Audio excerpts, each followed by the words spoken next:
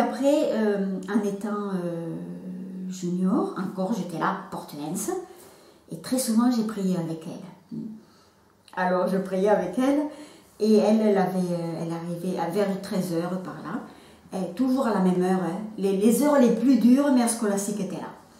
Alors elle arrivait avec ses journaux, hein, parce qu'il fallait présenter le monde devant Jésus.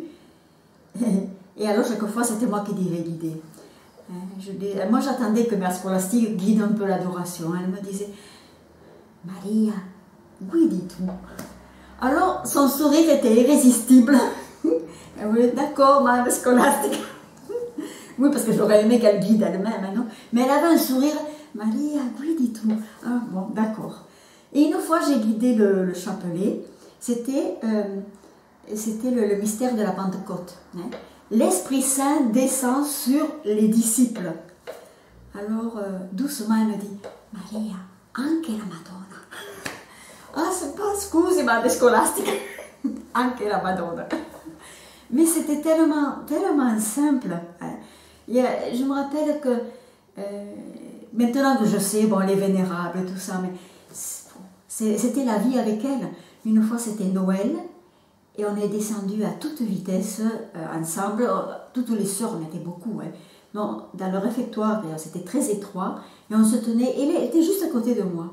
Donc on s'est embrassés, d'un seul coup, on s'est embrassés, et puis on s'est mis à rire toutes les deux, là, parce qu'en descendant, mais je me rappelle de ce contact de cette sœur tellement, je sais pas, il y a quelque chose de lumineux, voilà, la parole juste, ça serait là, une luminosité joyeuse.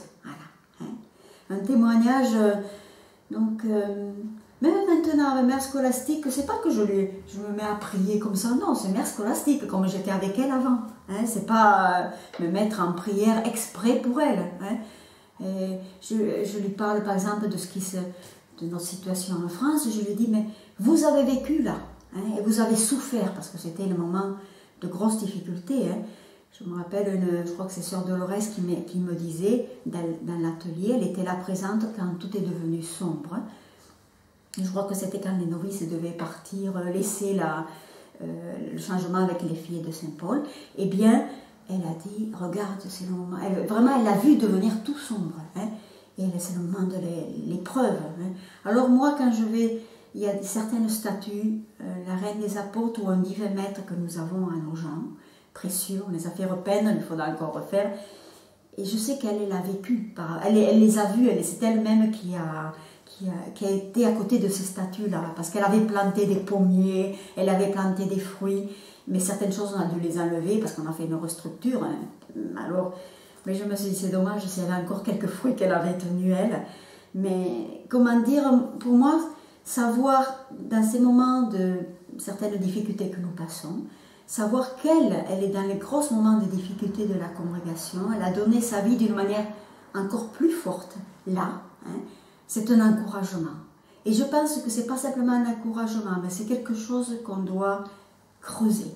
Se dire, cette expérience de mère scolastique à ce moment-là, en terre française, qu'est-ce que ça veut dire aussi pour nous aujourd'hui, hein? Je crois que là, parce que de cette mort-là est venue la vie après, hein, parce que c'est ce qu'elle a donné après. Hein. Donc je crois que ça c'est beau, hein, comme c'est ça. Moi ça me stimule par rapport à l'expérience que j'ai vécue. Hein. Alors dans Junior, elle a accompagné. Moi j'étais ministre extraordinaire de l'Eucharistie et donc je portais la communion aux sœurs les plus âgées. Hein. J'étudiais et le matin je passais un beau temps pas mal de temps à vraiment apporter la communion, je disais une parole à l'une à l'autre. Et il y avait là, il y avait Sœur Madre Teresa, hein, et les plus âgés, dont Madre Scolastica. Alors chaque fois j'allais et je lui portais la communion. C'était pour moi une joie de porter la communion, donner la communion à Madre Scolastica, hein, qui avait beaucoup de simplicité, elle était au milieu des autres, toujours habillée avec sa petite blouse là, nylon. Hein, c'était quelque chose de... Ben voilà, ça c'est une expérience de quotidianité, hein, de la vie ordinaire, hein, mais à travers cette personne, j'ai senti vraiment la joie de l'Esprit Saint, hein, dans l'ordinaire. Hein, et toujours ce désir d'aller d'ouverture. Et ça, je l'ai trouvé, cet esprit qu'elle a donné, dans d'autres sœurs qui avaient capté quelque chose d'elle. Hein. Et je le sentais. Et puis il y en a d'autres, pas simplement les plus âgées, hein, mais d'autres sœurs aussi plus jeunes, qui ont capté ça et bon, qui l'ont vécu. Donc c'est vrai, après, bon, on ne pense jamais qu'on vit avec une sainte. Ça, on n'y pense pas. Hein. Mais on se dit, bon, c'est quelque chose que l'on respire. Hein. Mais quand même, moi, quand je l'ai vue la première fois, sans savoir rien du tout, j'ai senti que cette personne avait quelque chose en plus. Et mon expression, j'avais 20 ans, on dirait une sainte. Mais c'est pas parce qu'elle était comme ça, hein, non pas du tout. C'est parce que la sainteté, c'est autre chose. Hein. La sainteté, c'est vivre la présence de vraiment, enfin je pense, c'est Jésus qui vit en nous, et on est heureux de ça. Hein. Et c'est ça que je voyais en elle. Hein. On sentait qu'elle était heureuse. Hein. Et un bonheur qu'elle donnait, hein, mais sans faire l'effort de le donner, si tu veux. Hein. Et bon, c'est vraiment, je suis... Bon, maintenant, je me rends compte de cette richesse. Hein.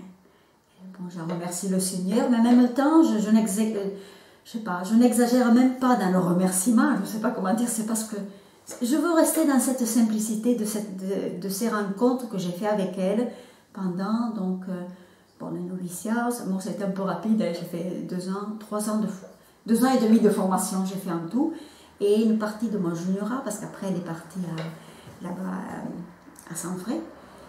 Et d'ailleurs, je l'ai revue à Saint-Fray, c'était les derniers temps. Hein. Et alors, avec ses grands yeux sur son lit, hein, elle ne pouvait plus parler, mais elle avait ses yeux, ces beaux yeux qu'elle nous regardait toutes une après l'autre, avec beaucoup d'intensité. Hein. Et le regard disait beaucoup plus encore que la parole. Hein. Et puis le Seigneur a voulu que je puisse participer aussi à son enterrement, alors que je n'avais pas demandé, mais j'étais à Milan à ce moment-là. On a dit, on va voir Mère Scolastique. Hein, pour dire, mais quelquefois, quand je peux aller sur la tombe de Mère Scolastique, mais je n'aime pas trop finalement aller sur la tombe. Pour moi, elle est vivante. Et puis après, elle est vivante, et donc elle est vraiment sur la tombe. Si, j'ai vu son corps, mais non. Moi, je me rappelais Mère Scolastique avec toute sa vivacité, sa manière de parler, où elle parlait de la congrégation avec un enthousiasme. Hein. C'est ça, hein, avec toute sa vie. Il y avait des fois, pour nous, on a eu la grande, c'est un don, hein, ça, pour nous, ce noviciat qui n'a pas été très très facile. Hein, mais la présence de Mère Scolastique, comme ça, elle ne venait pas nous faire des conférences, à l'époque elle était déjà assez âgée, mais elle était là et vraiment présente. Hein. Puis une fois, on était un peu coquines, hein. les novices et puis les plus jeunes étaient assez coquines. Alors, on faisait le tour, on passait par la terrasse et on voyait sa chambre. Hein. Il y a une terrasse qui était du côté du noviciat, on pouvait voir sa chambre. Alors tu la voyais avec son petit bonnet, elle ne nous voyait pas, elle était au lit quand elle n'était pas trop bien, avec le journal, et le petit elle lisait son journal au lit comme ça. Alors nous, tout le monde en train de regarder Mère Scolastique. Mais tout ça, c'était toujours dans ce désir de porter le monde à Dieu. Mais concrètement, concrètement, c'est pas qu'elle se mettait à lire le journal comme ça, parce que je ne sais pas quoi faire durant l'adoration, mais elle portait les souffrances du monde, les préoccupations du monde à Dieu. Et bien, je pense que ça, c'est vraiment formidable. Voilà, c'est un petit peu ma petite expérience de Mère Scolastique. Voilà, c'est un don. Mais je la sens, elle est là présente. Elle est là présente. Et pour moi, je me rappelle Mère Scolastique, c'est d'abord son sourire. C'est ça. Et sa luminosité des yeux. Donc, alors bien sûr que ça accompagne. Ça, le sourire, ce sourire-là devient intérieur. Quelquefois, quand ça te vient de sourire, immédiatement, c'est bizarre, hein, mais je pense à son sourire à elle, c'est curieux, pour dire comment. Je pense que c'est un don, ça, du Seigneur. Hein. Voilà, c'est ma petite expérience que j'ai fait d'elle. Et bon, il y a beaucoup d'autres détails, mais là, moi, je voulais donner le noyau de ce que j'ai vécu.